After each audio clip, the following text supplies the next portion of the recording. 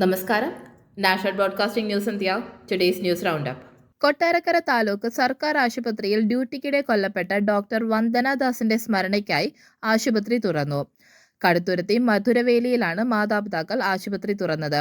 ആശുപത്രിയുടെ ഉദ്ഘാടനം മന്ത്രി VN വാസവൻ നിർവഹിച്ചു.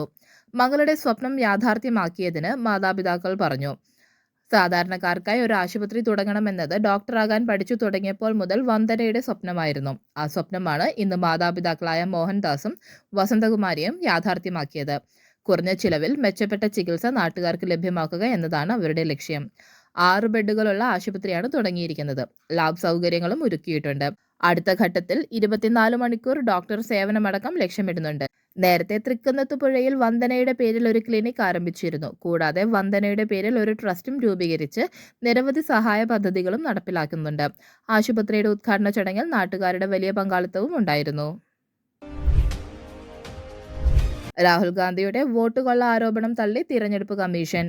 വോട്ട് കൊള്ള എന്ന ആരോപണം ഉന്നയിക്കുന്നത് ഭരണഘടനയെ അവഹേളിക്കുന്നതിന് സമാനമാണെന്നും തിരഞ്ഞെടുപ്പ് കമ്മീഷന് മുന്നിൽ എല്ലാവരും തുല്യരാണെന്നും തിരഞ്ഞെടുപ്പ് കമ്മീഷണർ ഗ്യാനേഷ് കുമാർ പറഞ്ഞു. കേവലം രാഷ്ട്രീയ ലക്ഷ്യം മാത്രമുള്ള ഇത്തരം ആരോപണങ്ങളെ വോട്ടർമാരോ തിരഞ്ഞെടുപ്പ് കമ്മീഷനോ ഭയപ്പെടുന്നില്ല.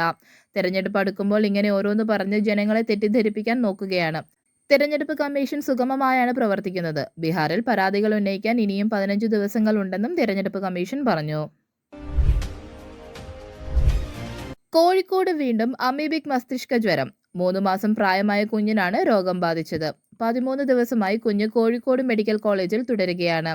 വീട്ടിലെ കിണറ്റിലെ വെള്ളത്തിൽ നിന്നാണ് രോഗബാധ ഉണ്ടായതെന്നാണ് സംശയം. അപസ്മാരത്തിന്റെ ലക്ഷണങ്ങൾ കാണിച്ചതിനെ തുടർന്നാണ് 3 മാസം പ്രായമുള്ള കുഞ്ഞിനെ മെഡിക്കൽ കോളേജിൽ എത്തിച്ചത്. അമീബിക് മസ്തിഷ്ക ജ്വരമെന്ന് സംശയം തോന്നുകയും പരിശോധനയിൽ ഇക്കാര്യം സ്ഥിരീകരണം ഉണ്ടാവുകയുമായിരുന്നു. കുട്ടിയെ ഇപ്പോൾ ICUവിൽ പ്രവേശിപ്പിച്ചിരിക്കുകയാണ്. കോഴിക്കോട് 49 വയസ്സുള്ള ഒരാൾക്കും രോഗം സ്ഥിരീകരിച്ചിട്ടുണ്ട്. ഇയാളും ചികിത്സയിൽ തുടരുകയാണ്. സംസ്ഥാനത്ത് മഴ മുന്നറിയിപ്പിൽ മാറ്റം. കണ്ണൂർ, കാസർഗോഡ്, വയനാട് ജില്ലകളിൽ ഓറഞ്ച് അലർട്ട് പ്രഖ്യാപിച്ചു. മധ്യ വടക്കൻ കേരളത്തിൽ മഴ ശക്തമാകുമെന്നും കേന്ദ്ര കാലാവസ്ഥാ വകുപ്പ് മുന്നറിയിപ്പ് നൽകി. തിരുവനന്തപുരം മുതൽ കോട്ടയം വരെയുള്ള ജില്ലകളിൽ നിലവിൽ മഴ മുന്നറിയിപ്പ് നൽകിയിട്ടില്ല. ന്യൂനമർദ്ദത്തിന്റെ ശക്തി വർദ്ധിക്കുന്നത് ലഭിക്കുന്ന മഴ അതേ അളവിൽ തുടരാൻ ഇടയാകുമെന്നും കേന്ദ്ര കാലാവസ്ഥാ വകുപ്പ് മുന്നറിയിപ്പ് നൽകുന്നു. ഇന്നും കേരള, കർണാടക, ലക്ഷദ്വീപ് തീരങ്ങളിൽ മത്സ്യബന്ധനത്തിന് വിലക്കുണ്ട്. തെക്കൻ ഛത്തീസ്ഗഡിന് മുകളിലായി ന്യൂനമർദ്ദം സ്ഥിതി ചെയ്യുന്നുണ്ട്. പടിഞ്ഞാറ്, വടക്കു പടിഞ്ഞാറ് ദിശയിൽ സഞ്ചരിച്ച് ശക്തി കുറഞ്ഞ ചക്രവാത ചുഴിയായി നാളെയോടെ ഗുജറാത്തിന് മുകളിൽ എത്തിച്ചേരാൻ സാധ്യതയുണ്ട്. അതിനിടെ ബംഗാൾ ഉൾക്കടലിൽ ആന്ധ്ര, ഒഡീഷ തീരത്തിന് മുകളിലായാണ് പുതിയ ന്യൂനമർദ്ദം രൂപപ്പെട്ടത്. അടുത്ത 24 മണിക്കൂറിനുള്ളിൽ തീവ്ര ന്യൂനമർദ്ദമായി മാറി ചൊവ്വാഴ്ച രാവിലെയോടെ ആന്ധ്ര, ഒഡീഷ തീരത്ത് കരയിൽ പ്രവേശിച്ചേക്കും. ഇതിന്റെ സ്വാധീന ഫലമായി സംസ്ഥാനത്ത് ചൊവ്വാഴ്ച വരെ മഴയും കാറ്റും മൂടിക്കെട്ടിയ അന്തരീക്ഷവും തുടരുമെന്നാണ് കാലാവസ്ഥാ വകുപ്പ് അറിയിച്ചത്.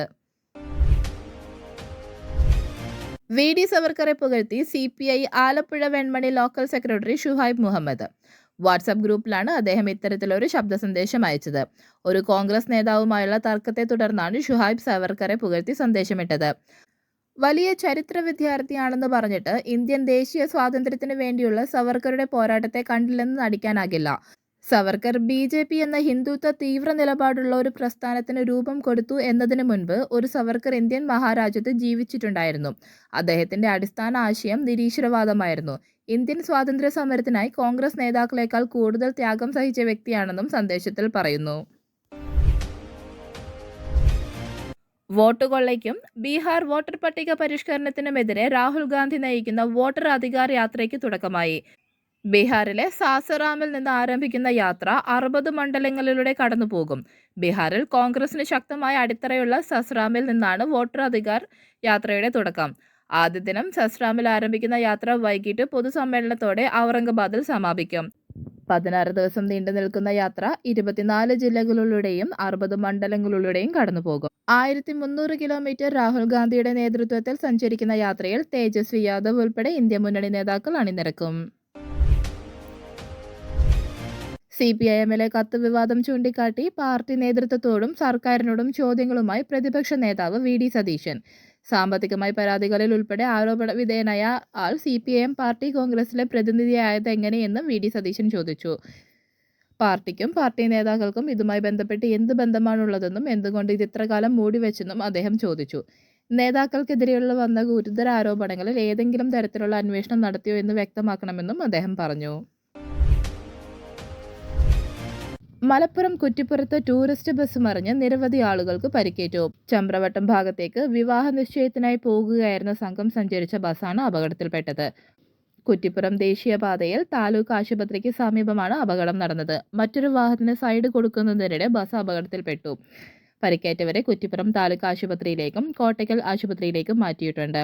ബസിന്റെ ഗ്ലാസ് തകർത്താണ് ആളുകളെ പുറത്തെത്തിച്ചത്. 50ഓളം ആളുകൾ ബസ്സിലുണ്ടായിരുന്നു. നിലവിൽ ആരുടെയും പരിക്ക് ഗുരുതരമല്ല.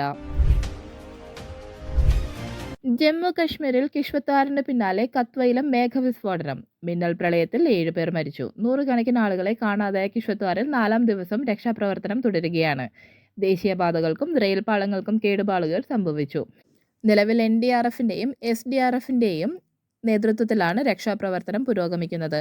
കേന്ദ്ര ആഭ്യന്തരമന്ത്രി അമിത് ഷാ ജമ്മു കാശ്മീർ ലഫ്റ്റനന്റ് ഗവർണറുമായി സംസാരിച്ചു. കിശ്വത്വാറിലെ ദുരന്തഭൂമിയിൽ 4ാം ദിവസം രക്ഷാപ്രവർത്തനം തുടരുകയാണ്. സൈന്യത്തിന്റെ നേതൃത്വത്തിലാണ് രക്ഷാപ്രവർത്തനം പുരോഗമിക്കുന്നത്.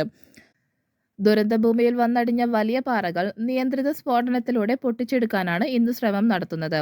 ഡ്രോണുകളും കടാവർ നായ്ക്കളെയും ഉപയോഗിച്ചുള്ള തെരച്ചിലും പുരോഗമിക്കുകയാണ്. ഇതിനിടെ ഹിമാചൽ പ്രദേശിലെ മാണ്ഡിയിലും മിന്നൽ പ്രളയം നാശം വിതച്ചു.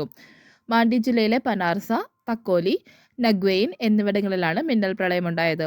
ആളപായം റിപ്പോർട്ട് ചെയ്തിട്ടില്ല. മണ്ണിടിച്ചിലിനെ തുടർന്ന് ചണ്ഡീഗഡ് മണാലി ദേശീയപാതയിൽ ഗതാഗതം തടസ്സപ്പെട്ടു.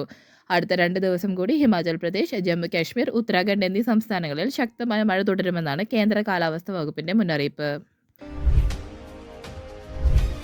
സൗദി അറേബ്യയിൽ കഴിഞ്ഞ ആഴ്ചയിൽ വിവിധ നിയമലംഘനങ്ങളുടെ പേരിൽ 21,997 പേരെ സുരക്ഷാസേന അറസ്റ്റ് ചെയ്തതായി ആഭ്യന്തര മന്ത്രാലയം അറിയിച്ചു. ഓഗസ്റ്റ് 7 മുതൽ ഓഗസ്റ്റ് 13 വരെയുള്ള കാലയളവിൽ സുരക്ഷാസേനയും ബന്ധപ്പെട്ട സർക്കാർ ഏജൻസികളും സംയുക്തമായി നടത്തിയ പരിശോധനയിലാണ് ഇത്രയും പേരുടെ അറസ്റ്റ് നടന്നത്. പിടിയിലായവരിൽ 35% പേർ യമൻ പൗരന്മാരും 64% പേർ എത്യോപ്യൻ പൗരന്മാരും 1% മറ്റു രാജ്യക്കാരും ഉൾപ്പെടുന്നു. കൂടാതെ രാജ്യത്തിന് പുറത്തേക്ക് അനധികൃതമായി കടക്കാൻ ശ്രമിക്കവേ 27 പേരെയും അറസ്റ്റ് ചെയ്തു. കൂടുതൽ അപ്ഡേറ്റ്സുകൾക്കായി കാത്തിരിക്കുക നാഷണൽ ബ്രോഡ്കാസ്റ്റിംഗ് ന്യൂസ് ഇന്ത്യ.